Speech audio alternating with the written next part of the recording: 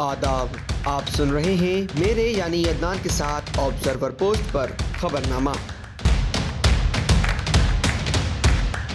शुरुआत करते हैं आज की मुख्य हेडलाइंस के साथ। महाराष्ट्र में मतदान के पहले भाजपा के राष्ट्रीय महासचिव पर पैसे बांटने का लगा आरोप। मुंबई की होटल से मिले 9 लाख रुपए।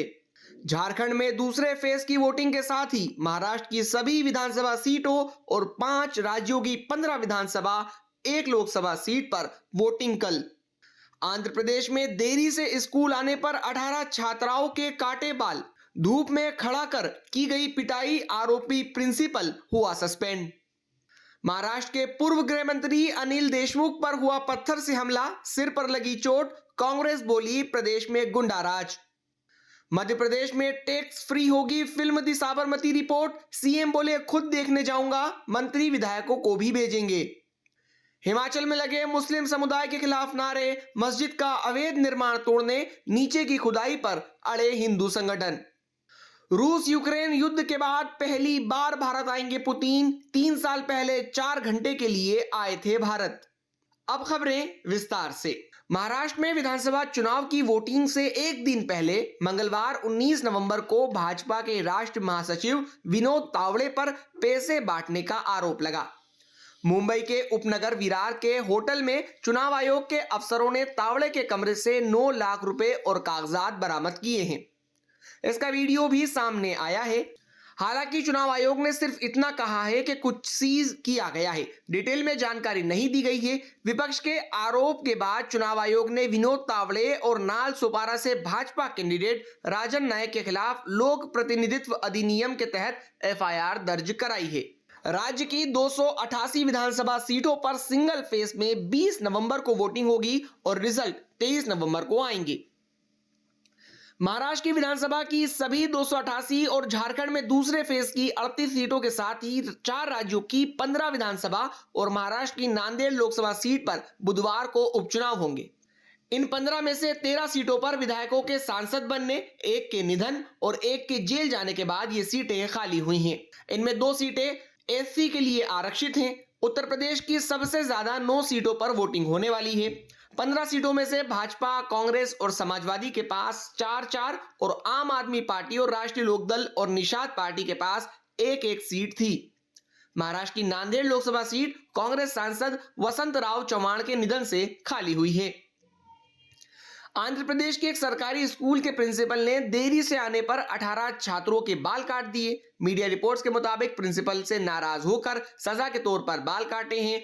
धूप में खड़ा करके पिटाई भी की गई है। मामला सामने आने के बाद कलेक्टर ने आरोपी प्रिंसिपल को सस्पेंड कर दिया है। आगे की जांच की जा रही है। समग्र शिक्षा के राज्य परियोजना निदेशक बी श्रीनिवास राव ने बताया कि यह घटना अल्लूरी सीताराम राजू जिले के जी मुदुगुला में आवासीय स्कूल कस्तूरबा गांधी बालिका विद्यालय में 15 नवंबर को हुई थी, लेकिन सोमवार को यह मामला सामने आया। इसके बाद डिपार्टमेंट ने आरोपी प्रिंसिपल यू साई प्रसन्ना के खिलाफ जांच की थी। उन पर लगे आरोपों को सही पाया गया, जिसके बाद देर रात कलेक्टर ने उन्हें सस्पेंड कर दिया है। महाराष्ट्र के पूर्व गृह मंत्री और एनसीपी शरद पवार गुट के नेता अनिल देशमुख पर सोमवार रात नागपुर के काटोल विधानसभा क्षेत्र में हमला हुआ। अनजान शख्स ने उनके ऊपर पत्थर फेंका, जिससे अनिल देशमुख के सिर में चोट लगी और वे गंभीर रूप से घायल हो गए। अनिल का एक वीडियो भी सामने आया है, जिसमें उनके सिर से खून बहता दिखाई दे रहा है। वे तौलिए से अपने सिर को बांधे हुए हैं। कांग्रेस के नेता बाला साहेब थोराट ने हमले की निंदा करते हुए कहा कि डिप्टी सीएम देवेंद्र फडणवीस के जिले में एक पूर्व गृह मंत्री के साथ मारपीट किए जाने से सवाल उठता है कि राज्य में कानून का राज है या गुंडों का। अनिल देशमुख के बेटे सलील काटोल विधानसभा क्षेत्र से एनसीपी के उम्मीदवार हैं। अनिल उन्हीं के चुनाव प्रचार के लिए यहां पहुंचे थे। शाम को नरखेड़ में उनकी बैठक हुई। बैठक खत्म होने के बाद वे कार्यकर्ताओं के साथ कार से काटोल से निकले थे। इसी दौरान बेला फाटा के पास कुछ अज्ञात लोगों ने उनकी कार पर पथराव कर दिया। मध्य प्रदेश के मुख्यमंत्री डॉक्टर मोहन यादव ने मंगलवार को गोधरा कांड पर बनी फिल्म दी साबरमती रिपोर्ट की तारीफ की। सीएम ने कहा कि साबरमती अच्छी फिल्म है, मैं खुद भी देखने जा रहा हूं। मंत्री, सांसद, विधायकों को भी फिल्म देखने के लिए भेजेंगे और कहेंगे। इस फिल्म को टैक्स फ्री भी करने जा रहे हैं ताकि अधिक से अधिक लोग फिल्म देख सके। फिल्म द साबरमती रिपोर्ट में विक्रांत मेसी, राशि खन्ना और रिद्धि डोगरा लीड रोल में नजर आ रहे हैं। इस फिल्म का निर्देशन धीरज सरना ने किया है, जबकि इसे शोभा कपूर, एकता कपूर, अमूल वी मोहन और अंशुल मोहन ने प्रोड्यूस किया है। यह फिल्म 15 नवंबर 2024 को रिलीज हुई। यह फिल्म करने के बाद एक्टर विक्रांत मेसी ने कहा था कि उन्हें धमकियां मिल रही हैं। हिमाचल प्रदेश की छोटी काशी मंडी में हिंदू संगठनों के लोग एक बार फिर सड़कों पर उतर आए हैं। इस दौरान उन्होंने मुस्लिम समुदाय के खिलाफ जोरदार नारेबाजी भी की और इस्लामिक जिहाद मुर्दाबाद के नारे लगाए। प्रदर्शनकारियों ने मंडी शहर की गलियों में रैली निकालकर हिंदू जागो का आह्वान किया।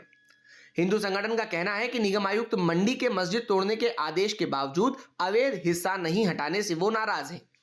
आपको बता दें कि निगम आयुक्त ने बीते 13 सितंबर को मस्जिद के अवैध हिस्से को 1 महीने के भीतर तोड़ने के आदेश दिए थे।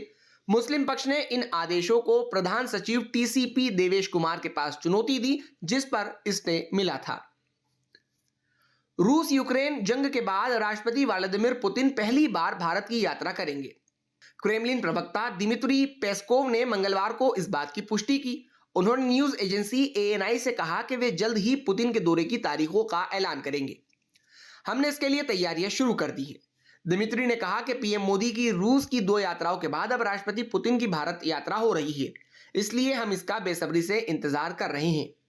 इससे पहले रूसी राष्ट्रपति पुतिन ने सितंबर 2021 में भारत की यात्रा की थी। वो सिर्फ 4 घंटे के लिए भारत आए थे। इस दौरान भारत और रूस के बीच 28 समझौते पर दस्तखत हुए, जिसमें मिलिट्री तकनीकी समझौते भी शामिल थे।